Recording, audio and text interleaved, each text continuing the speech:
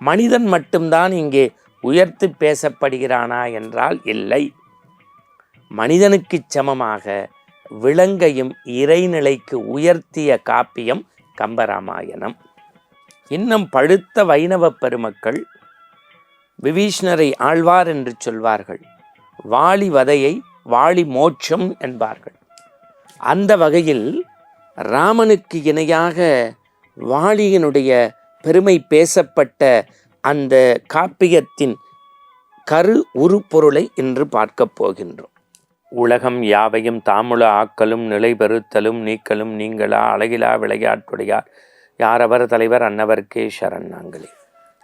ஆன்மீக அன்பர்களே, ஜெயா தொலைக்காட்சியின் இனிய நேயர்களே, மீண்டும் உங்கள் அனைவரையும் இன்றைய புதிய அதிகாலை வேளையிலே அற்புதமான மலர்ந்து மலரெல்லாம் வீசக்கூடிய இந்த மங்களகரமான நேரத்தில் சந்திப்பதில் மற்றற்ற மகிழ்ச்சி.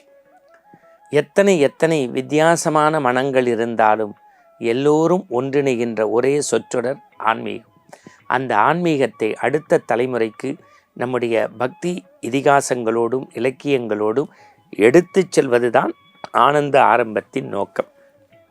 நம்ம ராமாயணத்தில் கம்பனினுடைய பாத்திர படைப்பு, கம்பனுடைய கவிச்சிறப்பு, கம்பனுடைய பெண்மையின் மேன்மை, கம்பனுடைய அறம், கம்பனின் வீரம், இப்படி பலதரப்பட்ட விஷயங்களை கடலுக்குள் சென்று மூழ்கி முத்தெடுப்பதைப் போல நாம் நவ முத்துக்களை எடுத்து வருகின்றோம்.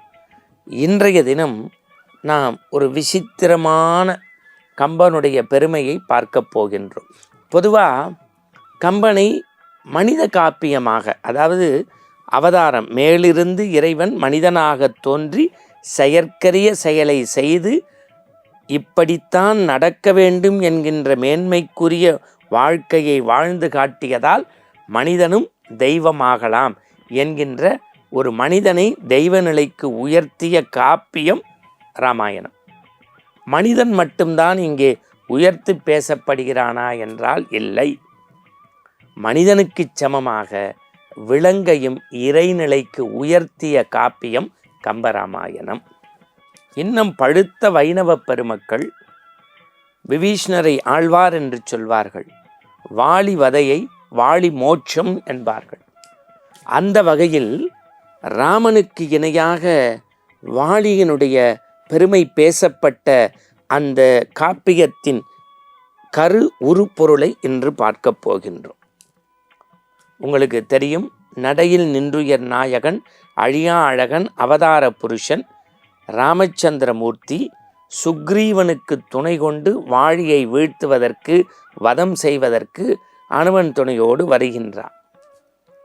உங்களுக்கு தெரியும், வாலி எவ்வளவு பெரிய வீரன். வாலியின் வாள் செல்கின்ற இடத்தில் ராவணனுடைய கோலும் கொடையும் சொல்லாது. மறைந்திருந்து அம்பு எய்துவிட்டான் ராமன். ராமன் என்கின்ற நாமம் தெரிய கண்டான், அதை எடுத்து படித்து விட்டான்.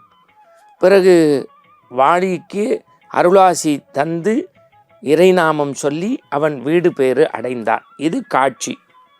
இதை புலவர் கீரன் எப்படி நமக்கு வகுத்து காட்டுகிறார் என்றால், குரங்கிணத்தில் தோன்றிய இந்த வாலி சுக்ரீவனுடைய மனைவி, யாரு, சகோதரனுடைய மனைவியை அபகரிக்க நினைத்து அடைய நினைத்தது எப்படிப்பட்ட செயல் தெரியுமா?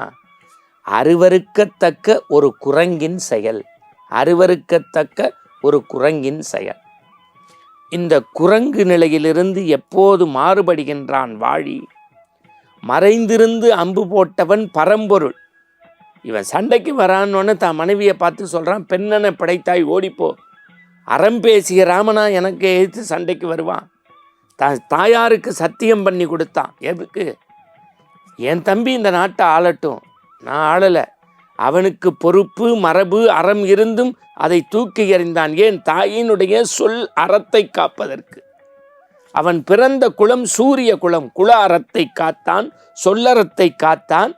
இன்று அவன் ஏன் தெரியுமா என்னை வீழ்த்தி விட்டான் சொல்றான்?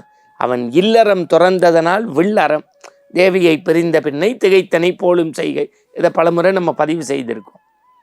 அவன் சொல்றான் ராமனை பார்த்து, ராமா ராமா, இந்த அறம் தர்மம் நீதி நியாயம் இதையெல்லாம் விலங்கிட்ட போய் நீ எதிர்பார்க்கலாமா?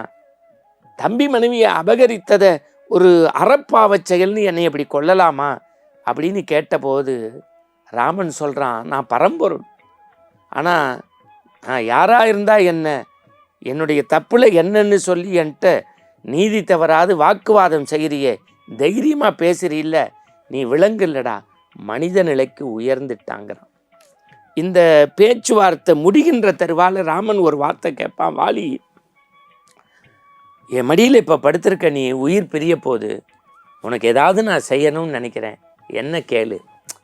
அப்போ வாலி ஒரு வார்த்தை சொல்லுவான், நீ என்னைய கொஞ்சம் அவசரப்பட்டு அம்பு போட்டு கொன்னுட்ட, ஆனால் என் தம்பி சுக்ரீவன் ரொம்ப நல்லவன், இந்த நேரத்துக்கு எந்த வேலையும் செய்ய மாட்டான், கொஞ்சம் நேரம் தவறி ஒன்ட்ட நடந்துப்பான், அப்படி நடந்துக்கிட்டானா என்னை அவசரப்பட்டு அம்பு போட்ட மாதிரி என் தம்பியையும் கொன்றாத, உன் பக்கத்திலேயே அரண் மாதிரி வச்சுக்கோ. இப்போ புலவர் கீரன் சொல்கிறாரு, எவ்வளவு நுட்பமான விஷயம் பாருங்க. தம்பி மனைவியை அபகரிக்க நினைச்சவன் குரங்கு, அறத்தின் நாயகனுடைய தைரியமாக நின்று அறம் பேசியது மனிதன், இவன் சாவுக்கு யார் காரணமோ அந்த தம்பிக்கே அடைக்கலம் கேட்டு அருளாசி பரம்பொருள்கிட்ட கேட்குறானா, அவன் தெய்வ நிலைக்கு உயர்ந்திட்டான் இல்லையா. மனிதன் என்பவன் தெய்வமாகலாம்னு நம்ம ராமனை தான் நினைக்கிறோம். இங்கே குரங்கு வாளி மனித வாளியாக வாரி தெய்வ வாளியாக மோட்ச நிலைக்கு அடைத்தான். இதுதான் கம்பனின் விசித்திர படைப்பு. இப்படிப்பட்ட சிந்தனையோடு ராமகாதையை படித்தால் எவ்வளவு ஆனந்தம். இது போன்ற சிந்தனைகளோடு நாளை சந்திப்போம். வணக்கம்.